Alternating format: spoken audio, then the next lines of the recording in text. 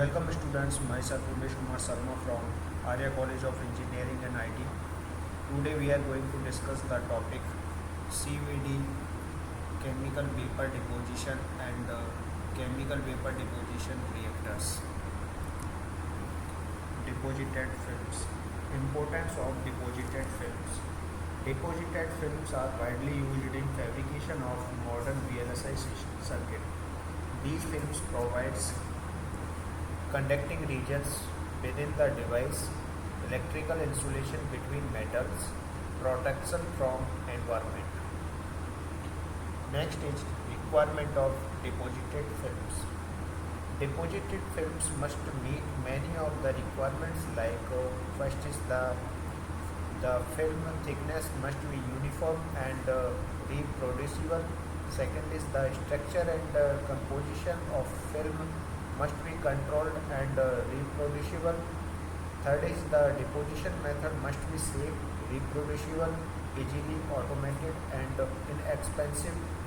Fourth is the film should adhere well to surface with conformal step coverage. Next is material used for film deposition. Polycrystalline silicon, silicon dioxide, plasma deposit, silicon nitride. Next is methods for film deposition. Methods for film deposition is there. First is atmospheric pressure chemical vapor deposition, APCVD. Second is the low pressure chemical vapor deposition, LPCVD. Third is plasma enhanced chemical vapor deposition, PECVD. A simple CVD system. A simple CVD system consisting of a tube with a rectangular cross section is shown in figure. The walls of tube are maintained at temperature TW. A single buffer rests on heated suspector in the center of the tube. This suspector is maintained at temperature TS, where TS is greater than TW. Let us consider the deposition of sealant SiH4 to form polycrystalline silicon. Assume that gas is flowing from left to right through the tube.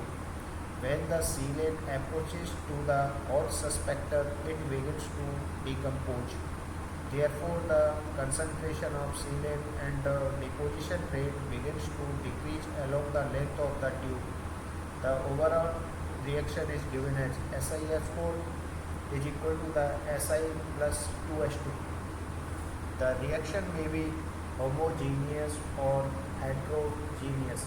If the reaction occurs spontaneously in the gas above the vapor, it is called homogeneous process. Such a process is generally undesirable if they produce solids.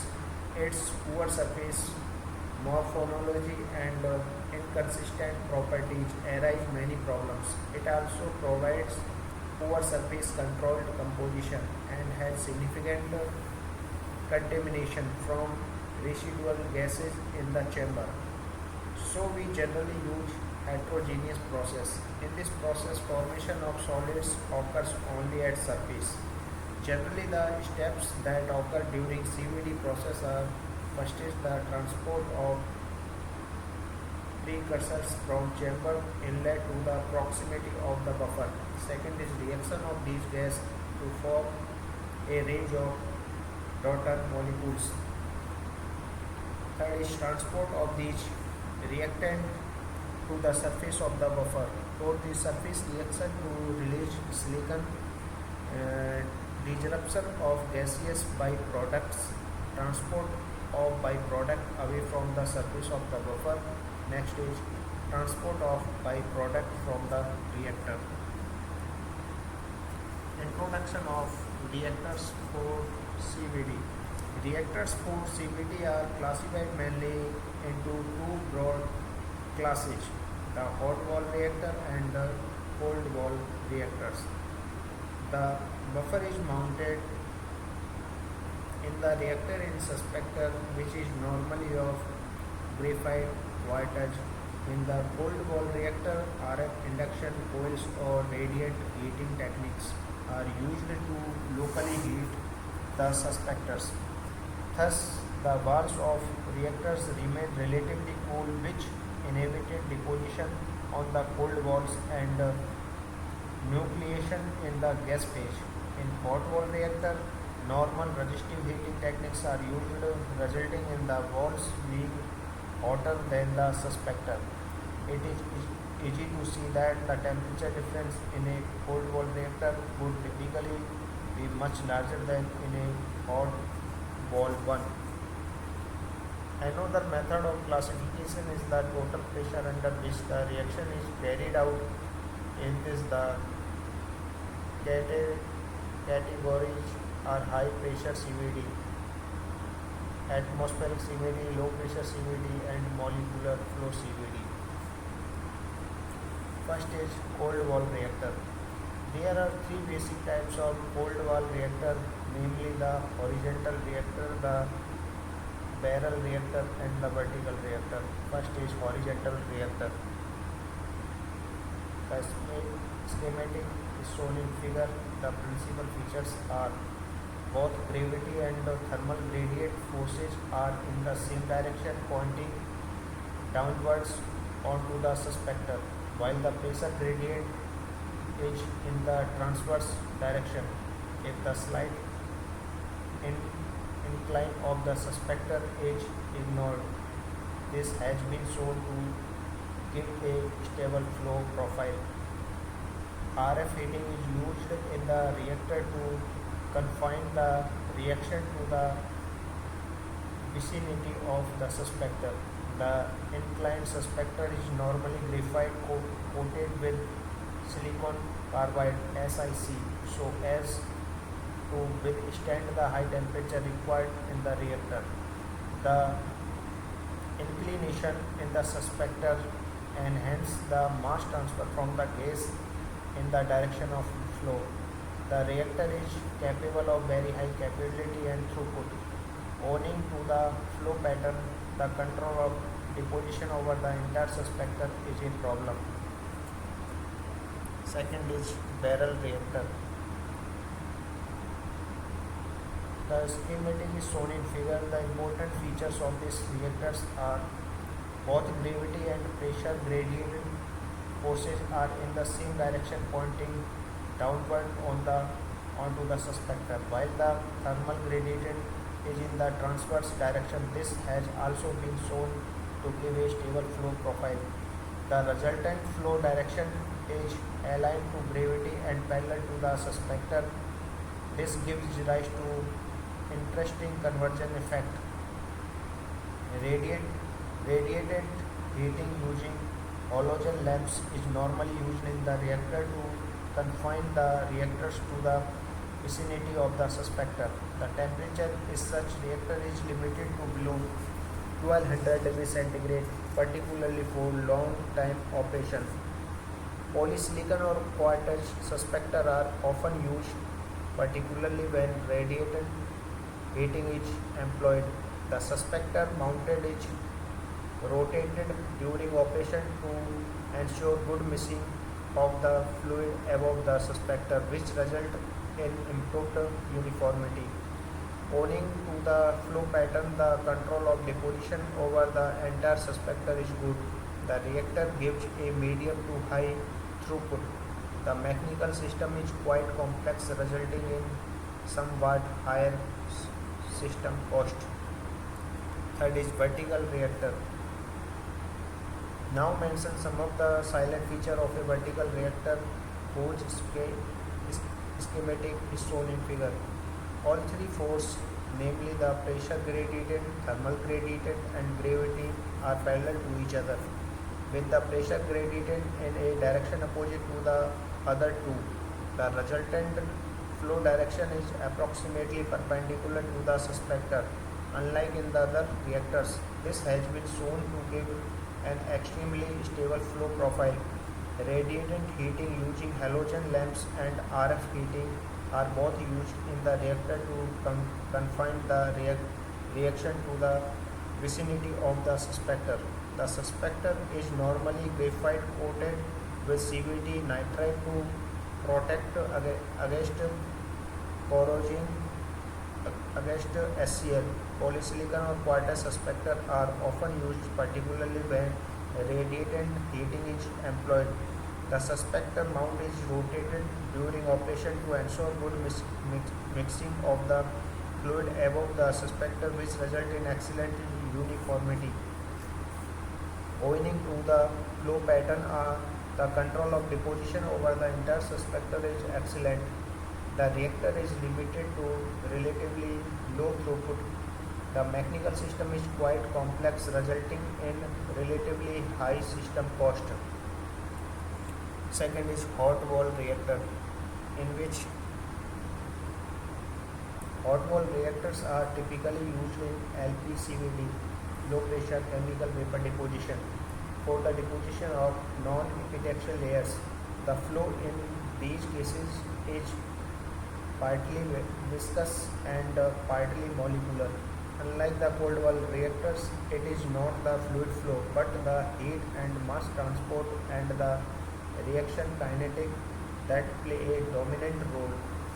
The actual rate of deposition is always determined by the limiting process, the slowest or highest resistance process. When the limiting process is the reaction rate, the growth rate is termed intrinsic. The deposition rate approaches this rate only when the mass transfer process to the growing surface is much larger. First is modified diffusion furnace reactor. We mention here some of the silent feature of diffusion furnace modified for use as reactor. Its schematic is shown in figure. The system uses a 3-zone resistance heating system and so can be easily adapted to non-isothermal condition. The reactor temperature can be typically set to a range of 300 degrees centigrade to 900 degrees centigrade to an accuracy of better than half degree centigrade. The buffer are mounted on a rack and the particle flow is in a direction perpendicular to the buffer. The mass transfer occurs from the annular streamlined flow of gas between the buffer and the tube wall by diffusion. The spacing between the buffers may interface with the streamlined flow. The particle flow is maintained by the system of vacuum pumps. The normal pressure in such system range from 0.1 to 10 tolerance, but can also be used at atmospheric pressure if desired. Second is distributed feed LPCVD reactor. LPCVD means low pressure chemical vapor deposition. The distributed feed LPCVD reactor schematic is shown in figure. The following are some of the characteristics features. The system uses a 3-zone resistance heating system and so can be easily adapted to non-isothermal condition. The reactor temperature can be typically set to a range of 300 degrees centigrade to 900 degrees centigrade to an accuracy of better than half degree centigrade. The gas flow is distributed over the entire length to ensure proper flow. Also, the interior buffer enclosure shield the flow from the reactor walls. The buffers are mounted on a rack and the particle flow is in a direction parallel to the buffers. The gas flow and the system exhaust by the pumping system is separated, reducing the load as well as corrosion effect of the gases on the pumping system. The normal pressure in such system range from 0.1 to 10 tolerance but can also be used at atmospheric pressure if desired. Third is continuous feed reactor. The schematic of the atmospheric continuous feed CVD reactor is shown in figure. The system uses a multiple zone resistance heating system and so can be easily adapted to non-isothermal condition. The reactor temperature can be typically set to a range of 300 degrees centigrade to 1200 degrees centigrade to an accuracy of better than half degree centigrade. The buffer are continuously heated through a conveyor belt system resulting in high throughput. The buffers are mounted such that the particle flow is in a direction perpendicular to the buffers. The input gas mix flow through the center of the reactor. A jet of fast flowing nitrogen on either side serves to control the gas flow. The buffers are heated by convection by the heater located within but separated from the reactor. Large buffers can be easily accommodated and a large throughput can be maintained. Third is molecular flow reactor. This type of reactor is essentially a modification of a physical vapor deposition unit as shown in figure. Unlike normal LPCVD system where the flow is partially molecular, the flow is completely.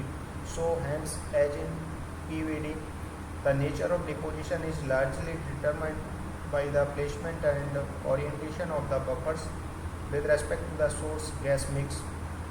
Here no mass transfer effect exists as there is no stagnant layer formation associated with viscous flow. Radial uniformity of deposition is a major issue in such a system. The effective distance of transverse or path length alpha E that the molecule has to travel is alpha E equal to under root s square plus r square, where r is the radius and s the specific spacing between buffers. Only when the means free path lambda is greater than alpha E would there be molecular flow. Two alternate way of placing buffers are shown in figure, having the greater throughput but A having the greater alpha E. This imposes limit on the degree of vacuum in the chamber. Thank you.